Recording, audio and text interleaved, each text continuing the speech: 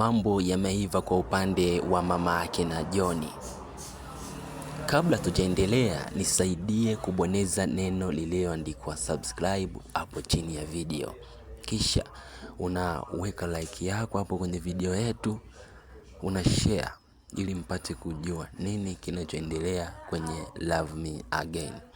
Sasa kama unavyojua nini kinaendelea kwa Semeni pamoja na Kani, tayari mambo yote yamewekwa wazi. Sasa kama unafikiri hapo nyuma nilikuambia kwamba huu ndo muda sahihi ama huu ndo wakati sahihi wa Sandra pamoja na John kuweza kuishi pamoja ni kama mke na mume, tayari ukweli wote ushawekwa hadharani na kila kitu kishatambulika kwamba John sio mtoto wa Mr. Tanu, ambaye Mr. Tanu ndo baba yake na Sandra. Kwa hiyo sasa hivi kati ya John pamoja na Sandra wapo huru kufanya mambo yao. Sasa Semeni pamoja na Mr. Kani watakwenda kujutia na mambo yote yatakwenda kuwekwa wazi, na wao kama ni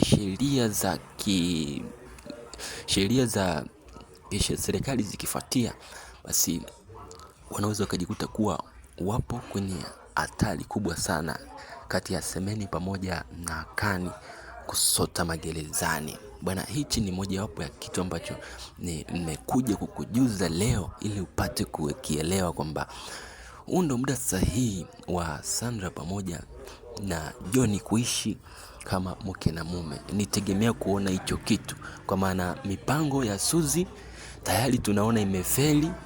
Alitegemea kwamba kamuoa Tina, kumbe Tina hajafa. Tina yupo, na Tina ana siri kubwa sana, ana siri nzito sana, na Tina ndo msababishi mkubwa wa kuweka kinasa sauti kati ya Semeni pamoja na Mr. Kani.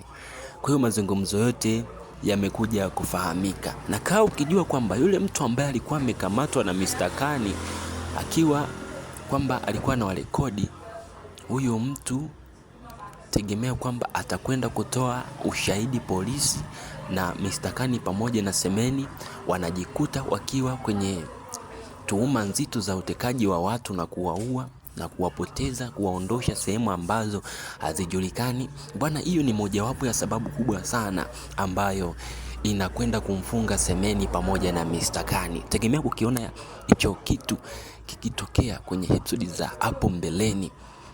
Tegemea kukiona hicho kitu kabisa. Lakini kabla tujaendelea, ama kama tunaendelea, mojawapo ni mara yako ya kwanza unatazama video yetu, basi tuoneshe support yako hapo kwa kubonyeza alama ama kwa kubonyeza neno lililoandikwa subscribe chini ya video, kisha una share video. Usisahau kulike na kuweka maoni yako kwamba unaitazama Love Me Again ukiwa wapi, nini ambacho unajifunza kwenye tamthilia ya Love Me Again.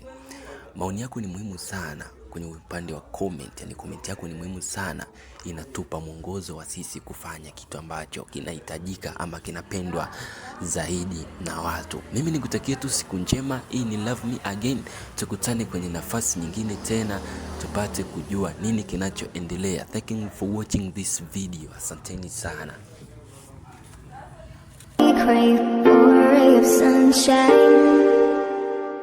Now we are halfway.